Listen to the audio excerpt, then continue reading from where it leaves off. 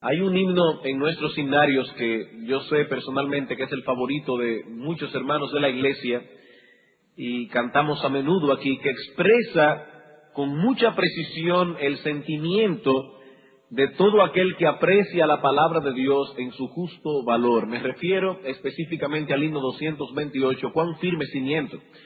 Y la primera estrofa de este himno dice: cuán firme cimiento se ha dado a la fe de Dios en su eterna palabra de amor. Y entonces el autor del himno pregunta: ¿qué más él pudiera a su libro añadir si todo a sus hijos lo ha dicho el Señor? El autor está expresando aquí en sus propias palabras lo mismo que el salmista nos dice en el Salmo 19. La ley de Jehová es perfecta, la ley de Jehová es completa. A esa revelación no podemos añadirle nada, por cuanto Dios ha dicho en ella a sus hijos todo cuanto ellos necesitan para una vida bienaventurada, aquí y en la eternidad. Ahora, supongamos por un momento, hermanos, que Dios no nos hubiese dado su revelación especial. Supongamos por un momento que Dios solamente se hubiese revelado al hombre a través de la creación, en lo que nosotros conocemos como la revelación general de Dios.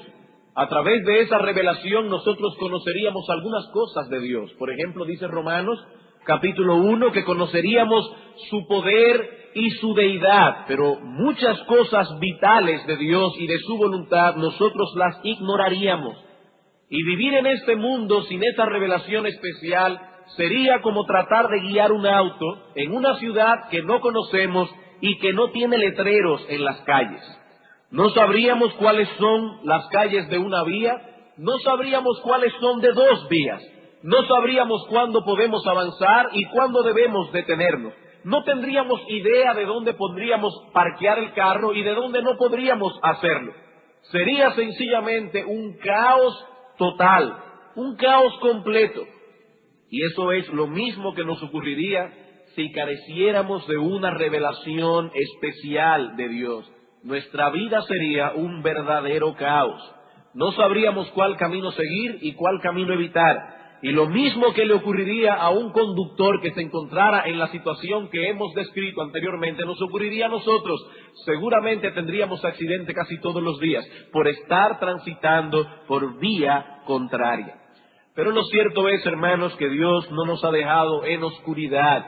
A través de su palabra nosotros podemos saber con toda certeza cuál es el camino por donde debemos ir, cuáles son los caminos que debemos evitar. No existe un solo aspecto de nuestras vidas en los que necesitemos dirección que Dios no lo haya tocado en su palabra, directa o indirectamente, por precepto o por ejemplo.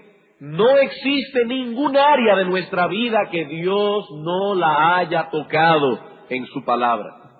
Y es esta convicción la que nos permite venir delante de ustedes en esta mañana para estudiar lo que Dios tiene que decirnos acerca de la crianza de nuestros hijos.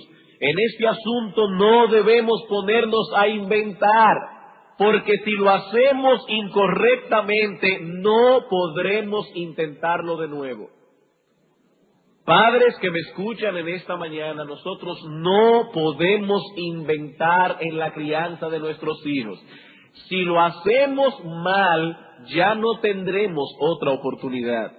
Ya no podremos intentarlo otra vez. Y cuando nuestros hijos alcancen la edad adulta, no podremos regresarlos otra vez a la niñez para empezar de nuevo. Pero repito que Dios no nos ha dejado en oscuridad con respecto a estas cosas. Él nos ha revelado cuáles son las cosas que debemos hacer, cuáles son las cosas que debemos evitar. Él nos ha revelado cuál es la meta que debemos tratar de alcanzar. Él nos ha revelado cuál es la manera en que podemos alcanzar esa meta. Pero si nosotros ignoramos esta revelación o simplemente decidimos no hacerle caso, tarde o temprano tendremos un accidente por estar transitando en vía contraria. No se puede. Si usted toma de aquí al Cibao en vía contraria, puede ser que llegue 1 kilómetro, 2 kilómetros, hasta 3 kilómetros sin tener un accidente. Y eso con mucha suerte. Pero tarde o temprano usted tendrá un problema porque está transitando en vía contraria. Así que si de veras amamos a nuestros hijos, debemos detenernos a considerar lo que la Escritura tiene que decirnos acerca de cómo podemos moldear el carácter de ellos conforme a la voluntad de Dios. En los primeros 4 sermones nos dedicamos a colocar el fundamento sobre el cual nosotros vamos a construir todo este edificio. Este fundamento consta de 3 presuposiciones básicas. ¿Cuáles son estas 3 presuposiciones básicas o fundamentales? Primero, nuestros hijos necesitan desesperadamente ser moldeados en su carácter. En ellos mora el pecado y si no nos dedicamos a moldear el carácter, tenderán naturalmente hacia lo malo, no hacia la virtud. En segundo lugar, veíamos que es nuestra responsabilidad como padres moldear el carácter de nuestros hijos. Y en tercer lugar, que en esa tarea nuestro ejemplo como padres es vital. Nuestro ejemplo delante de nuestros hijos nos ayudará a establecer los principios que estamos enseñando o los destruirá. Esas son las 3 presuposiciones fundamentales sobre las cuales estamos basándonos en estos sermones. El resto de esta serie nosotros la hemos dividido en 3 grandes bloques, 3 temas básicos. Eso es todo lo que vamos a ver de ahora en adelante. En primer lugar, veremos cuál es la meta que debemos tratar de alcanzar. En segundo lugar, veremos cuál es el método que debemos usar para alcanzar esa meta. En tercer lugar, veremos cuál es la manera en que debemos hacerlo. 3 bloques, hermanos, con 3 palabras básicas: meta, método y manera. Actualmente nos encontramos en el primer bloque de apartamentos de nuestro edificio, la meta. ¿Cuál es la meta que debemos tratar de alcanzar en la crianza de nuestros hijos? Hermanos, recuerden que si no tenemos una meta clara, una meta claramente establecida acerca de lo que queremos lograr con nuestros hijos, ¿a dónde llegaremos? A ningún lado. No llegaremos a ningún lado. El que sale hacia ninguna parte puede caminar con paso firme y decidido, pero al final llegará a ninguna parte. Tenemos que tener metas claras establecidas en nuestras mentes. ¿Qué es lo que nosotros queremos lograr con nuestros hijos? ¿Hacia dónde queremos llevarlos? Y en nuestro estudio anterior dijimos que nuestra meta más amplia, la más general de todas, es la de lograr que cada uno de nuestros hijos llegue a ser un buen ciudadano de 2 reinos. ¿Cuál es la meta general que debemos tratar de lograr? Que cada uno de nuestros hijos llegue a ser un buen ciudadano de 2 reinos. Por un lado, él debe llegar a ser un buen ciudadano de la nación en que les ha tocado vivir. En segundo lugar, debe ser un buen ciudadano del reino de Dios. Esa es la meta general que debemos tratar de alcanzar, y para lograr esto es imprescindible que nos dediquemos a moldear el carácter de ellos. No se puede ser un buen ciudadano de ninguno de los 2 reinos si no tenemos un buen corazón y si no tenemos un buen carácter.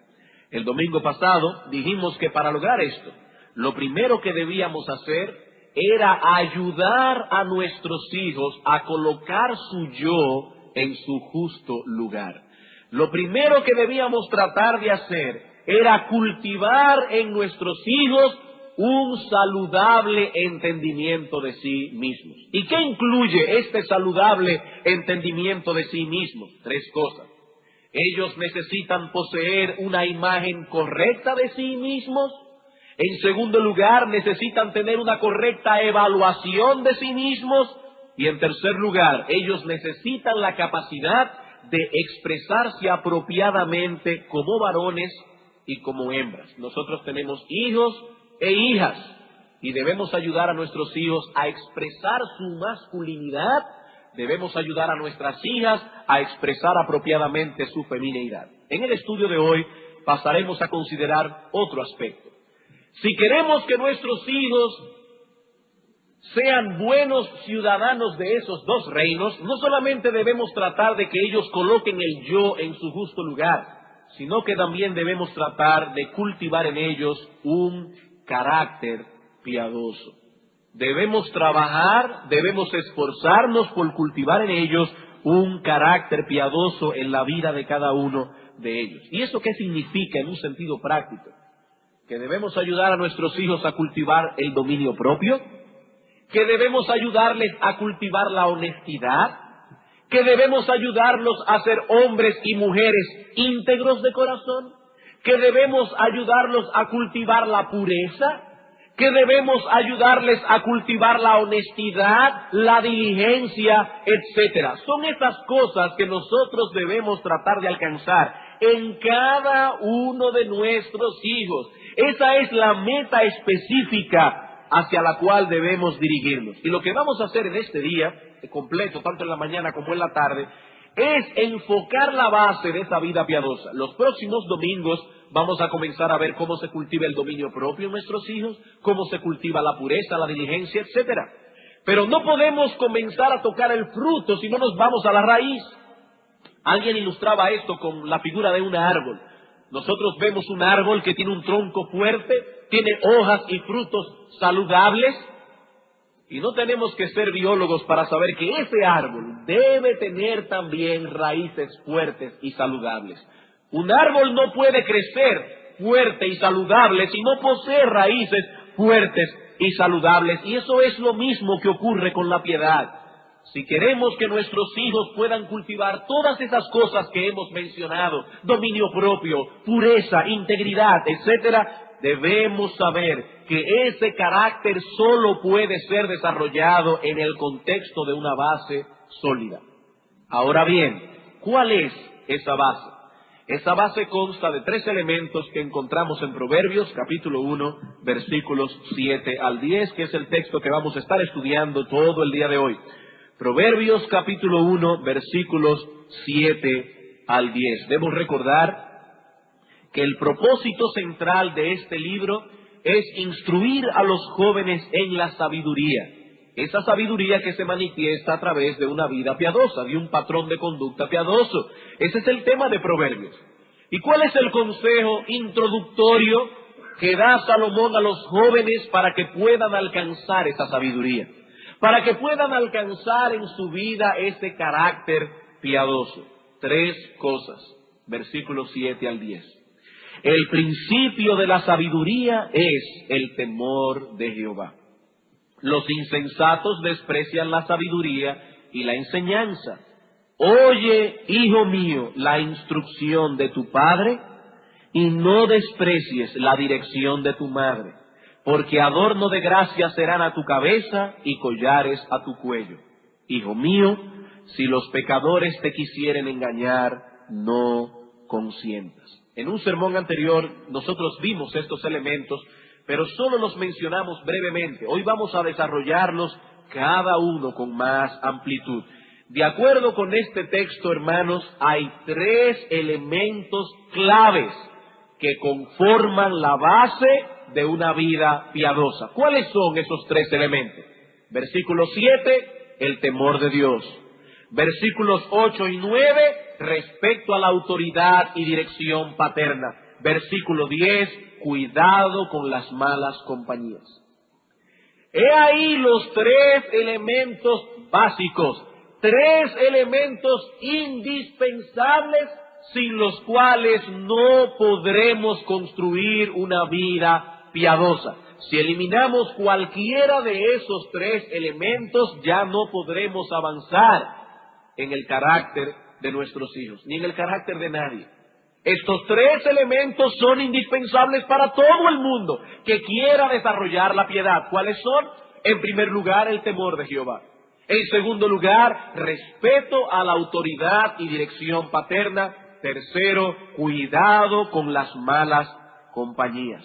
Así que niños y jóvenes que me escuchan en esta mañana, deben saber que estos 3 ingredientes son indispensables. Indispensables. No se puede avanzar donde carezca cualquiera de estos elementos. Y no solamente los niños y jóvenes deben saber esto, nosotros los padres debemos saberlo también. Y lo que vamos a hacer hoy es ver estos 3 elementos por separado. Hoy en la mañana no podremos pasar del primero y de hecho tampoco lo vamos a concluir. Vamos a ver el temor de Dios en la mañana, vamos a terminarlo esta tarde y si el Señor lo permite, vamos a ver los últimos dos elementos también esta tarde. Primer elemento entonces básico, el temor de Jehová. Versículo 7, el principio de la sabiduría, entendiendo por sabiduría ese carácter piadoso. El principio de la sabiduría es el temor de Jehová. De acuerdo con este texto, el temor de Dios es la piedra angular de la vida piadosa, el ABC de la verdadera piedad. Así como no podemos aprender a leer ignorando el abecedario, así tampoco podemos aprender la piedad sin temor de Dios. Salomón nos dice aquí que el temor de Jehová es el principio de la sabiduría.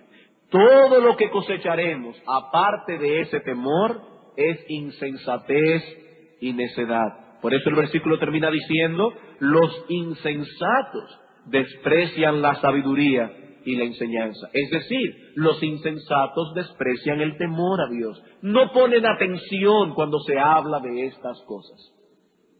El mismo Salomón nos dice en la conclusión de Eclesiastés que temerle a Dios y guardar sus mandamientos es el todo del hombre.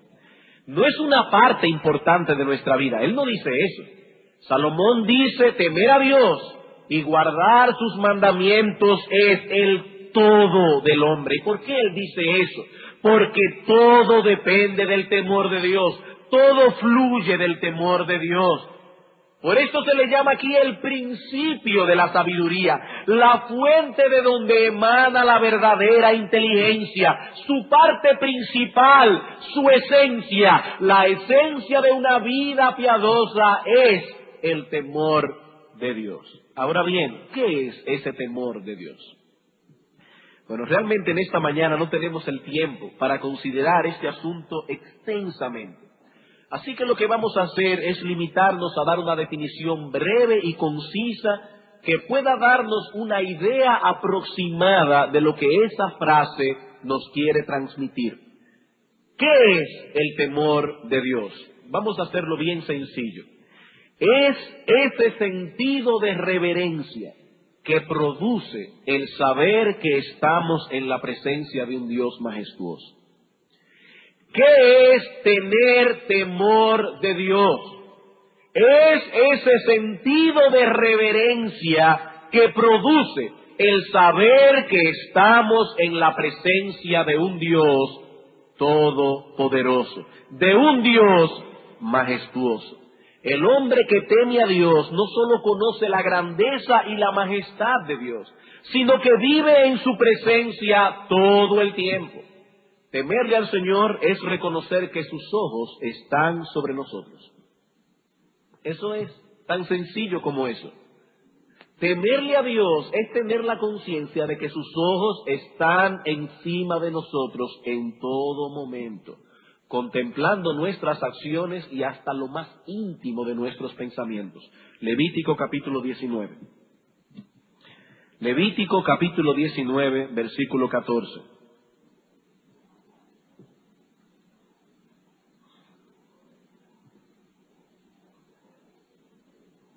No maldecirás al sordo y delante del ciego no pondrás tropiezo, sino que tendrás temor de tu Dios. ¿Ven el contraste? Una persona desprovista de temor de Dios piensa que nadie lo escucha cuando maldice al sordo. Piensa que nadie lo observa, que nadie lo ve cuando pone tropiezo al ciego. Este hombre no está consciente de que los ojos de Dios están sobre él, de que no existe ningún lugar en este planeta donde podamos huir de su presencia. Eso fue lo que entendió David cuando dice en el Salmo 139, ¿a dónde me iré de tu espíritu? ¿A dónde huiré de tu presencia? Si subiere a los cielos, allí estás tú. Y si en el Seol hiciere mi estrado, he aquí allí tú estás. Si tomare las alas del alba y habitar en el extremo del mar, aún allí me guiará tu mano y me asirá tu diestra. Hermanos, no existe un solo lugar en este planeta donde podamos huir del ojo de Dios. No existe ese lugar. Dios ve, Dios escucha, todas las cosas están desnudas y abiertas delante de Él. Y tener temor de Dios es vivir con la conciencia de esta verdad todo el tiempo. No importa dónde estemos.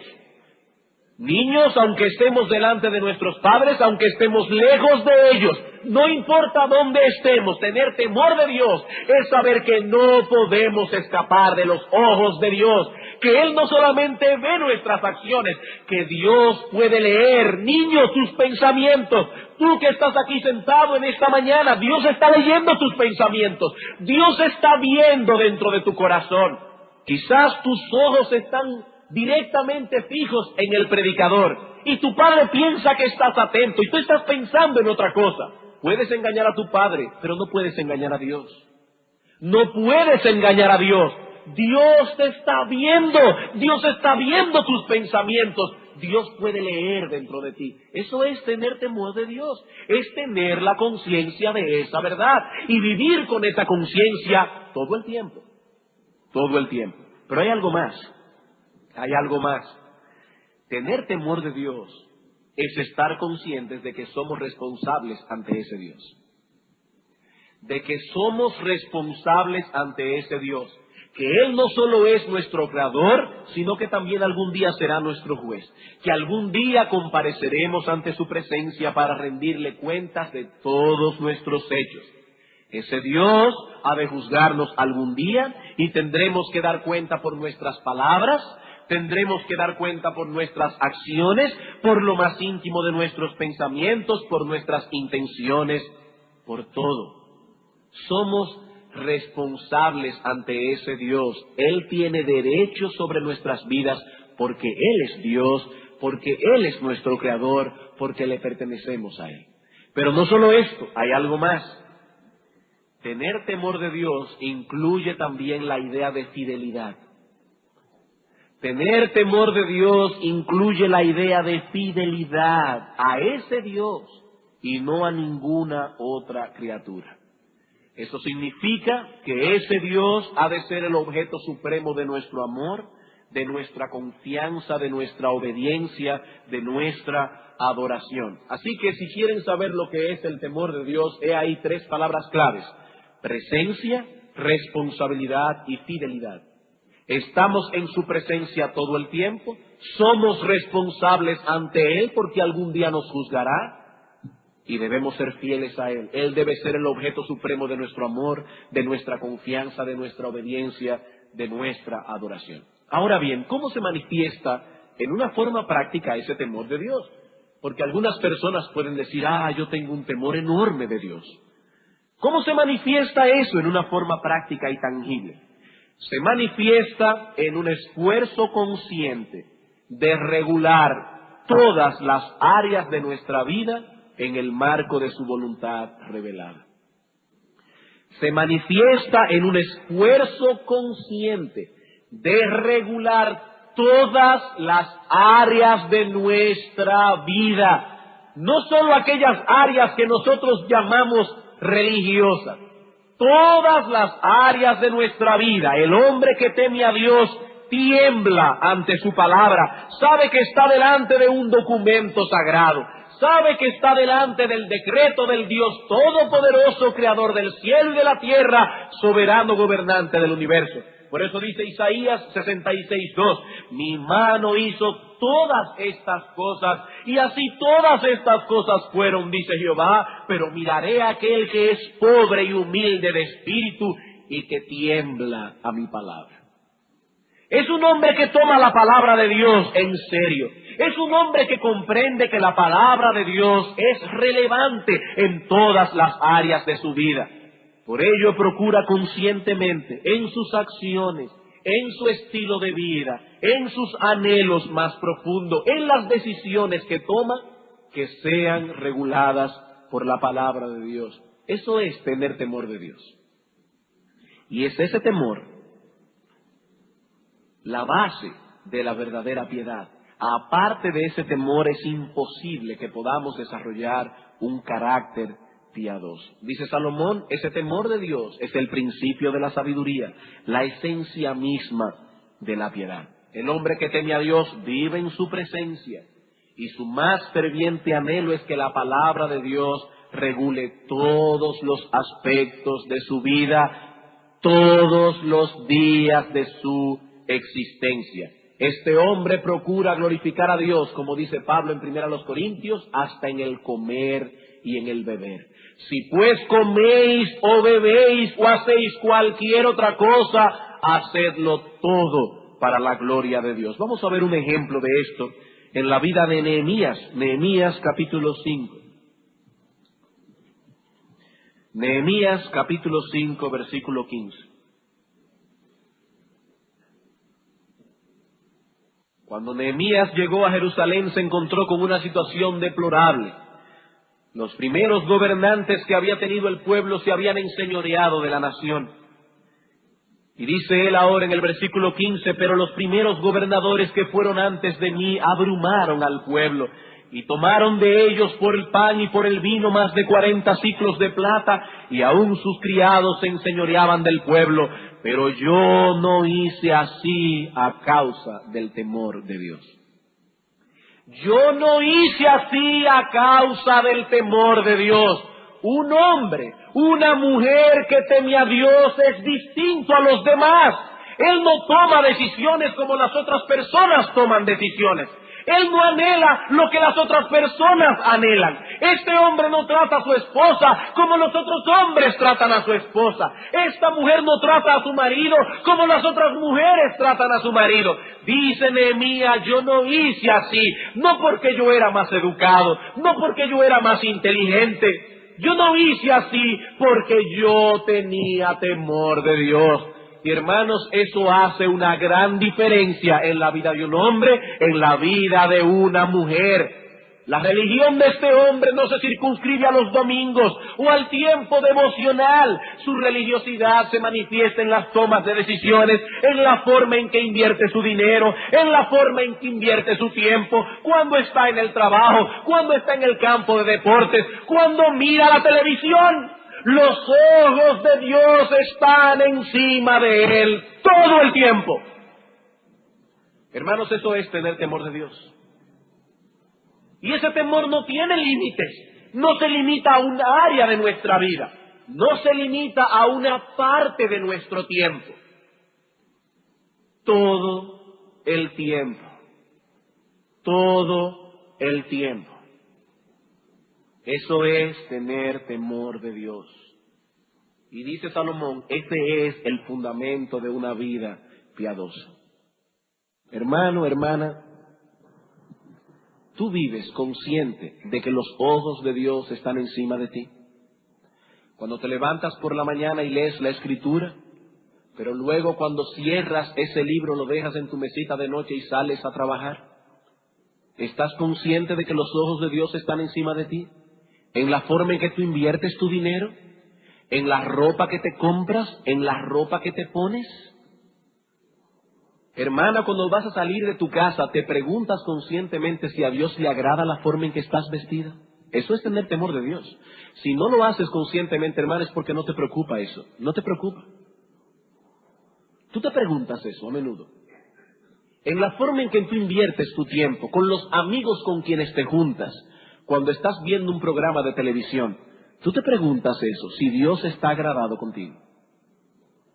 Eso es tener temor de Dios. Y es ese temor de Dios el que necesitan nuestros hijos para que puedan desarrollar un patrón de conducta piadoso. La pregunta que algunos padres pueden hacerse hoy es, ¿y cómo puedo yo cultivar en el corazón de mis hijos ese temor de Dios? De hecho, algunos pueden ir más lejos y preguntarse, ¿acaso pueden realmente los padres enseñar el temor de Dios a sus hijos? Y no dice la Escritura que solo el Espíritu Santo puede inculcar ese temor en el corazón del hombre. ¿Qué puedo hacer yo como padre entonces? Hermanos, yo pienso que esta pregunta tiene sentido y que esa pregunta hay que responderla.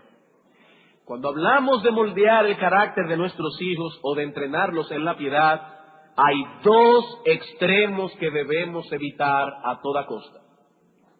el fatalismo y el behaviorismo.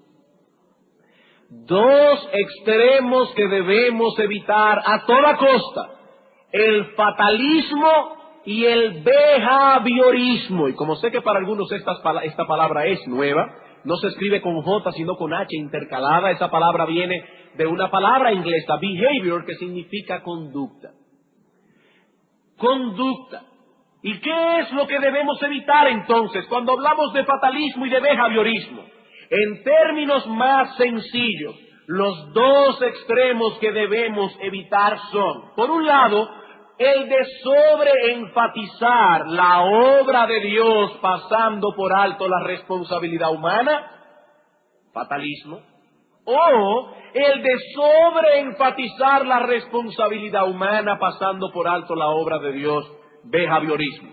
El fatalista dice lo siguiente: si Dios determinó que mi hijo sea piadoso, nada cambiará el designio de Dios, mi hijo será piadoso. Eso es lo que dice el fatalista.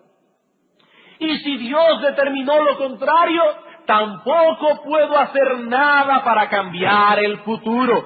Ya todo está decretado y nosotros no podemos hacer nada para cambiar el decreto de Dios. Lo que el fatalista no toma en cuenta es que Dios también ha decretado obrar a través de medios, y que por lo tanto es nuestra responsabilidad hacer un uso sabio de los medios que Dios ha diseñado para obtener los fines que deseamos. Por ejemplo, nosotros creemos que hay una elección divina desde antes de la fundación del mundo. Nosotros creemos que Dios ha predestinado a los que se van a salvar. Pero nosotros creemos también que Dios ha decretado salvar a los creyentes por la locura de la predicación. Y si no hacemos uso de esos medios, no podemos esperar la salvación de los incrédulos. Dios decreta el fin, pero Dios también decreta los medios. Y esa es la tensión que el fatalista no entiende. Y ciertamente es una tensión que creo que solo podremos descifrar en el cielo.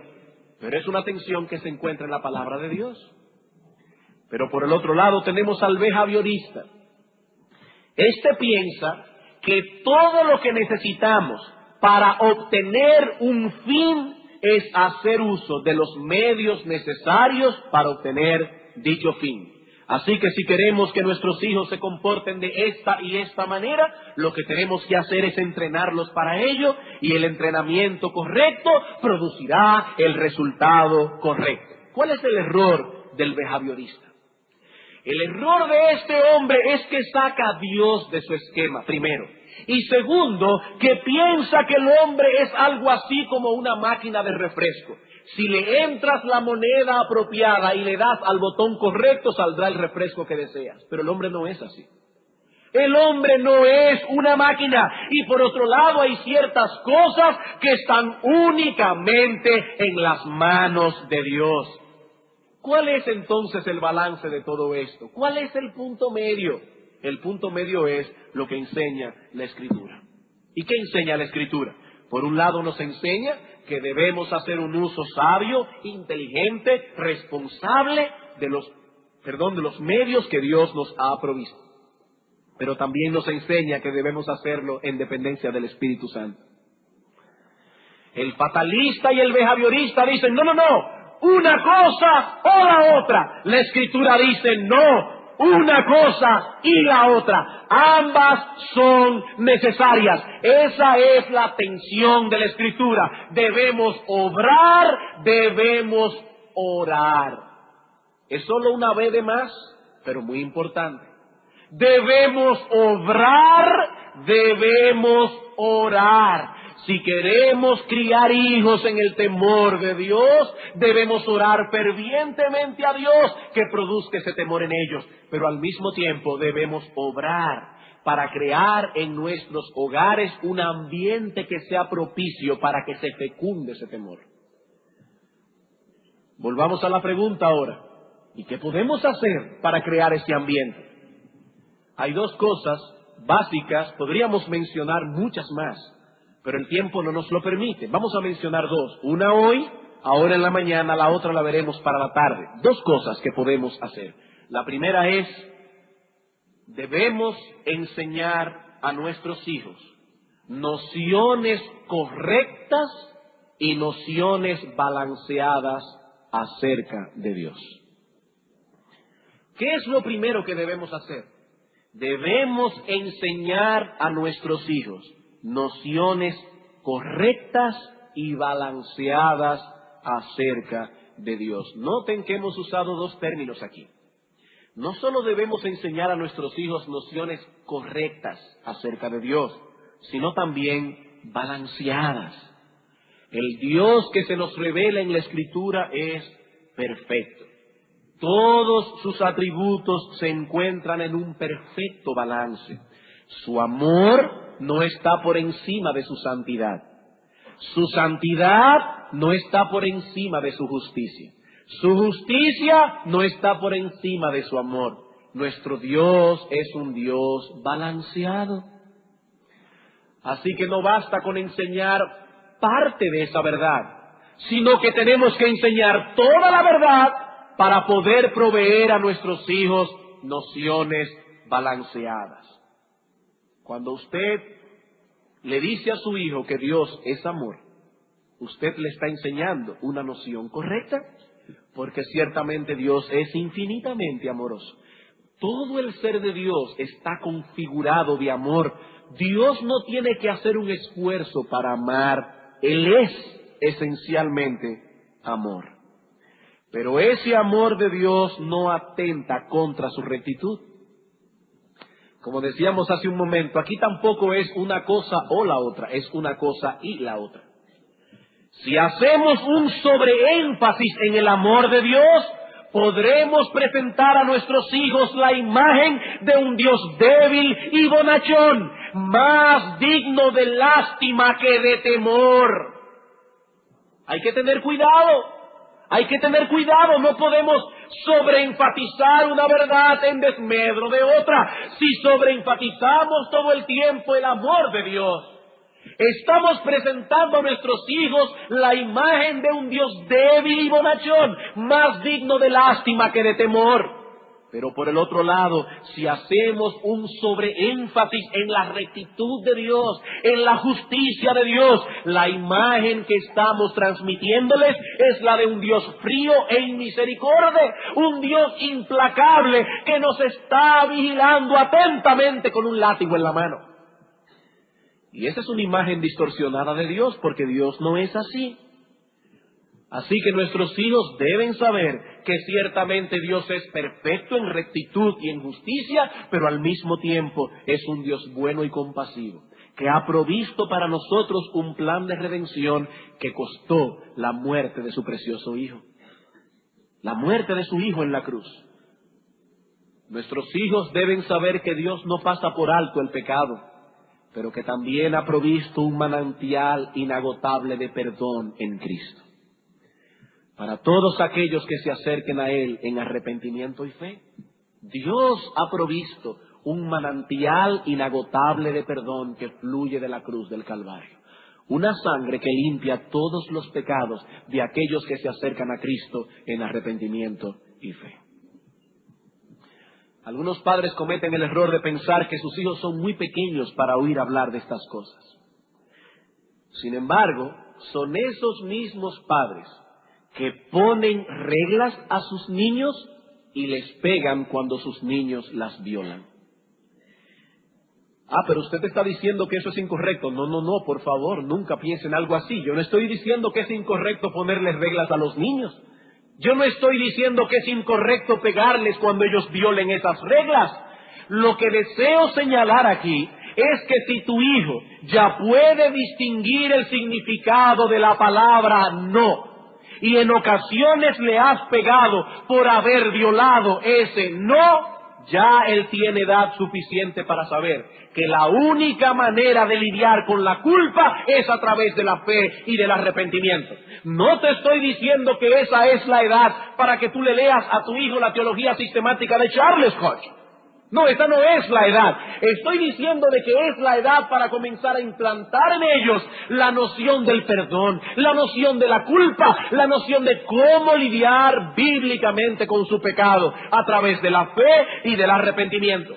Hermano, cuando tú le dices no a tu hijo y cuando le pegas, ¿sabe lo que estás haciendo? Estás creando culpa en su alma. Estás produciendo en él un sentido de culpabilidad. Estás enseñándole que ha hecho lo incorrecto.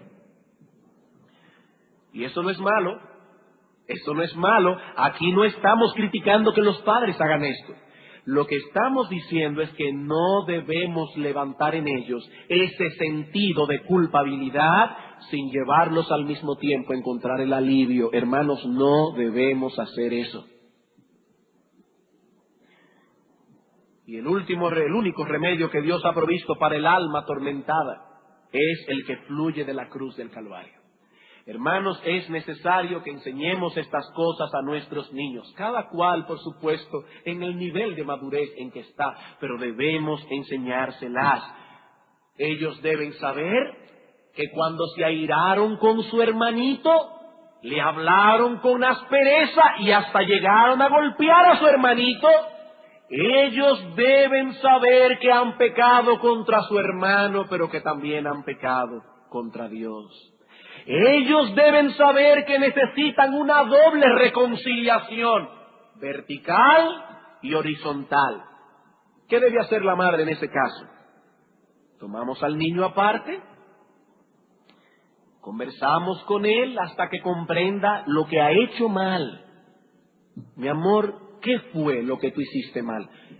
De paso, nunca le pregunten a un niño por qué lo hiciste. Esa no es la pregunta. A los niños no se le pregunta por qué, porque le estás dando lugar para que se justifiquen. La pregunta es ¿qué? ¿Qué fue lo que hiciste? Le hablé mal a mi hermanito. ¿Y qué más? Lo golpeé. ¿Estuvo eso bien hecho? No, no estuvo bien hecho. ¿Qué debe hacer papi entonces? Pegarme. Entonces usted toma al niño, lo castiga físicamente y lo deja tranquilo un rato. Lo deja tranquilo un rato para que él reflexione. Recuerde que usted le acaba de pegar una pela, su corazón está agitado. Permita que él se tranquilice por un momento. Y luego que haya pasado un rato, vuelva a conversar con él. Y entonces dígale, mi amor, tú tienes ahora que pedirle perdón a Dios y debes pedirle perdón a tu hermano. No se lo pida de una vez porque su corazón está agitado. Y ayude a su hijo a orar para que pida perdón a Dios. Y luego lo lleva delante de su hermano para que le pida perdón. Ah, pero si mi niño hace eso, significa que ya él es creyente. No, yo no estoy diciendo eso.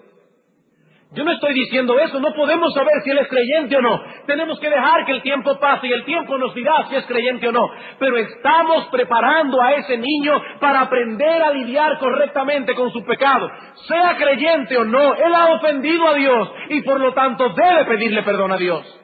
Dios manda a todos los hombres en todo lugar que se arrepientan. El asunto aquí no es si es creyente o no es creyente.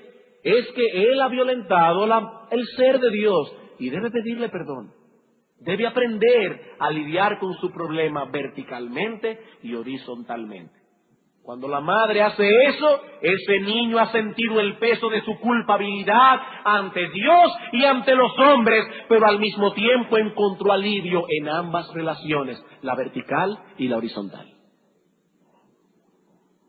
Alguien ha dicho muy acertadamente, es cruel, escuchen esto, padres, es cruel golpear el alma de un niño con acusaciones. Golpear su cuerpo con la vara sin darle ninguna directriz bíblica para encontrar alivio. Eso es cruel. Y sigue diciendo este autor, si usted hace eso, está creando una bomba de tiempo, una bomba de culpa, y esa bomba le va a explotar un día en su cara. Hermano, si tu niño es tan grande como para que sepa lo que significa la palabra no, ya tú has creado culpa en su corazón y debes ayudarlo para que aprenda a lidiar bíblicamente con esa culpa. Debes ayudarlo. Hermanos, hay hogares donde penosamente se respira un ambiente de culpabilidad. Se respira un ambiente de culpabilidad.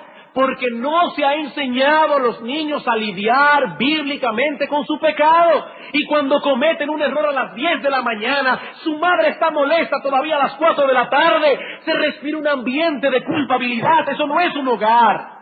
Eso no es un hogar. La madre siempre parece estar molesta por algo. Los niños siempre sintiéndose culpables sin encontrar un alivio. Hermanos, eso es cruel.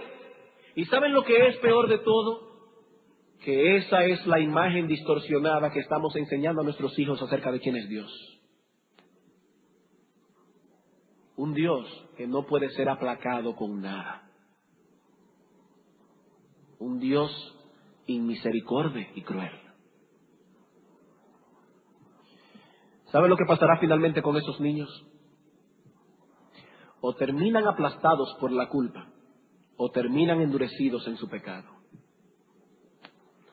O la culpa los aplasta y los inutiliza, o ellos crean un sistema de defensa que los lleva a endurecerse contra el pecado, endurecerse de corazón. Y pecarán con una facilidad pasmosa. Y qué difícil va a ser para un padre quebrantar un corazón así. Qué difícil.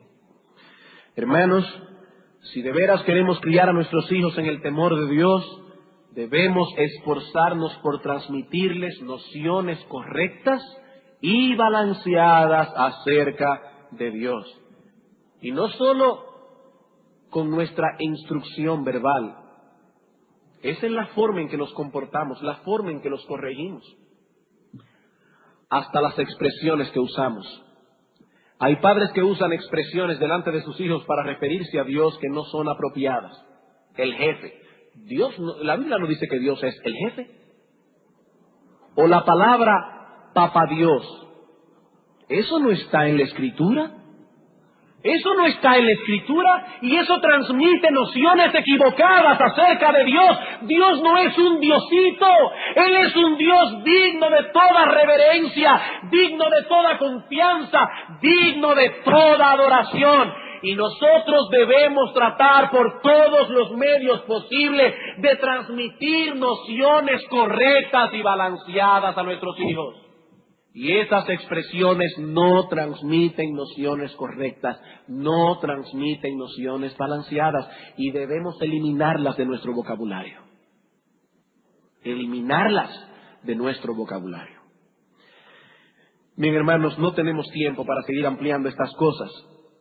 Así que continuaremos esta tarde tratando con el resto de este material, pero no olviden cuál es la idea que estamos tratando de transmitir. Debemos entrenar a nuestros hijos en la piedad y para ello hay 3 elementos indispensables. ¿Cuáles son? Temor de Dios, respeto a la autoridad y dirección paterna, cuidado con las malas compañías. Esta tarde continuaremos todavía algo que nos falta del primero de estos aspectos y si el Señor lo permite terminaremos con los otros 2. Vamos a tener un momento de oración.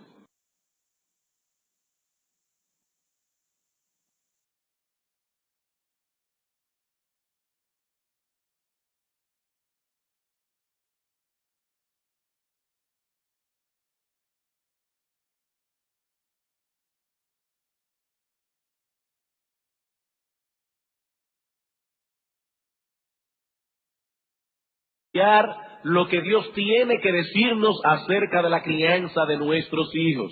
En este asunto no debemos ponernos a inventar, porque si lo hacemos incorrectamente no podremos intentarlo de nuevo. Padres que me escuchan en esta mañana, nosotros no podemos inventar en la crianza de nuestros hijos. Si lo hacemos mal, ya no tendremos otra oportunidad. Ya no podremos intentarlo otra vez. Y cuando nuestros hijos alcancen la edad adulta, no podremos regresarlos otra vez a la niñez para empezar de nuevo. Pero repito que Dios no nos ha dejado en oscuridad con respecto a estas cosas. Él nos ha revelado cuáles son las cosas que debemos hacer, cuáles son las cosas que debemos evitar. Él nos ha revelado cuál es la meta que debemos tratar de alcanzar. Él nos ha revelado cuál es la manera en que podemos alcanzar esa meta. Pero si nosotros ignoramos esta revelación o simplemente decidimos no hacerle caso, Tarde o temprano tendremos un accidente por estar transitando en vía contraria. No se puede. Si usted toma de aquí al Cibao en vía contraria, puede ser que llegue 1 kilómetro, 2 kilómetros, hasta 3 kilómetros sin tener un accidente. Y eso con mucha suerte. Pero tarde o temprano usted tendrá un problema porque está transitando en vía contraria. Así que si de veras amamos a nuestros hijos, debemos detenernos a considerar lo que la Escritura tiene que decirnos acerca de... Hay un himno en nuestros himnarios que yo sé personalmente que es el favorito de muchos hermanos de la iglesia y cantamos a menudo aquí, que expresa con mucha precisión el sentimiento de todo aquel que aprecia la palabra de Dios en su justo valor. Me refiero específicamente al himno 228, cuán firme cimiento. Y la primera estrofa de ese himno dice, cuán firme cimiento se ha dado a la fe de Dios en su eterna palabra de amor. Y entonces el autor del himno pregunta, ¿qué más él pudiera a su libro añadir si todo a sus hijos lo ha dicho el Señor? El autor está expresando aquí en sus propias palabras lo mismo que el salmista nos dice en el Salmo 19. La ley de Jehová es perfecta, la ley de Jehová es completa. A esa revelación no podemos añadirle nada, por cuanto Dios ha dicho en ella a sus hijos todo cuanto ellos necesitan para una vida bienaventurada, aquí y en la eternidad. Ahora, supongamos por un momento, hermanos, que Dios no nos hubiese dado su revelación especial. Supongamos por un momento que Dios solamente se hubiese revelado al hombre a través de la creación, en lo que nosotros conocemos como la revelación general de Dios. A través de esa revelación nosotros conoceríamos algunas cosas de Dios. Por ejemplo, dice Romanos, capítulo 1, que conoceríamos su poder y su deidad, pero muchas cosas vitales de Dios y de su voluntad nosotros las ignoraríamos. Y vivir de nuestro edificio, la meta. ¿Cuál es la meta que debemos tratar de alcanzar en la crianza de nuestros hijos? Hermanos, recuerden que si no tenemos una meta clara, una meta claramente establecida acerca de lo que queremos lograr con nuestros hijos, ¿a dónde llegaremos? A ningún lado. No llegaremos a ningún lado. El que sale hacia ninguna parte puede caminar con paso firme y decidido, pero al final llegará a ninguna parte. Tenemos que tener metas claras establecidas en nuestras mentes. ¿Qué es lo que nosotros queremos lograr con nuestros hijos? ¿Hacia dónde queremos llevarlos? Y en nuestro estudio anterior dijimos que nuestra meta más amplia, la más general de todas, es la de lograr que cada uno de nuestros hijos llegue a ser un buen ciudadano de 2 reinos. ¿Cuál es la meta general que debemos tratar de lograr? Que cada uno de nuestros hijos llegue a ser un buen ciudadano de 2 reinos. Por un lado, él debe llegar a ser un buen ciudadano de la nación en que les ha tocado vivir. En segundo lugar, debe ser un buen ciudadano del reino de Dios. Esa es la meta general que debemos tratar de alcanzar, y para lograr esto es imprescindible que nos dediquemos a moldear el carácter de ellos. No se puede ser un buen ciudadano de ninguno de los 2 reinos si no tenemos un buen corazón y si no tenemos un buen carácter. El domingo pasado dijimos que para lograr esto, lo primero que debíamos hacer era ayudar a nuestros hijos a colocar en este mundo sin esa revelación especial. Sería como tratar de guiar un auto en una ciudad que no conocemos y que no tiene letreros en las calles. No sabríamos cuáles son las calles de una vía, no sabríamos cuáles son de 2 vías, no sabríamos cuándo podemos avanzar y cuándo debemos detenernos. No tendríamos idea de dónde podríamos parquear el carro y de dónde no podríamos hacerlo. Sería sencillamente un caos total, un caos completo. Y eso es lo mismo que nos ocurriría si careciéramos de una revelación especial de Dios. Nuestra vida sería un verdadero caos.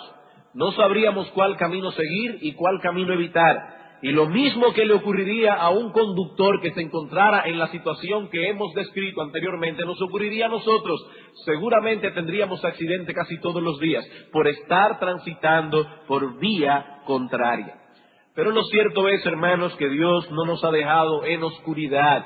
A través de su palabra nosotros podemos saber con toda certeza cuál es el camino por donde debemos ir, cuáles son los caminos que debemos evitar. No existe un solo aspecto de nuestras vidas en los que necesitemos dirección que Dios no lo haya tocado en su palabra, directa o indirectamente, por precepto o por ejemplo. No existe ningún área de nuestra vida que Dios no la haya tocado en su palabra. Y es esta convicción la que nos permite venir delante de ustedes en esta mañana para estudiar cómo podemos moldear el carácter de ellos conforme a la voluntad de Dios. En los primeros 4 sermones nos dedicamos a colocar el fundamento sobre el cual nosotros vamos a construir todo este edificio. Este fundamento consta de 3 presuposiciones básicas. ¿Cuáles son estas 3 presuposiciones básicas o fundamentales? Primero, nuestros hijos necesitan desesperadamente ser moldeados en su carácter. En ellos mora el pecado y si no nos dedicamos a moldear el carácter, tenderán naturalmente hacia lo malo, no hacia la virtud. En segundo lugar, veíamos que es nuestra responsabilidad como padres moldear el carácter de nuestros hijos. Y en tercer lugar, que en esa tarea nuestro ejemplo como padres es vital. Nuestro ejemplo delante de nuestros hijos nos ayudará a establecer los principios que estamos enseñando o los destruirá. Esas son las 3 presuposiciones fundamentales sobre las cuales estamos basándonos en estos sermones. El resto de esta serie nosotros la hemos dividido en 3 grandes bloques, 3 temas básicos. Eso es todo lo que vamos a ver de ahora en adelante. En primer lugar, veremos cuál es la meta que debemos tratar de alcanzar. En segundo lugar, veremos cuál es el método que debemos usar para alcanzar esa meta. En tercer lugar, veremos cuál es la manera en que debemos hacerlo. 3 bloques, hermanos, con 3 palabras básicas: meta, método y manera. Actualmente nos encontramos en el primer bloque de apartamentos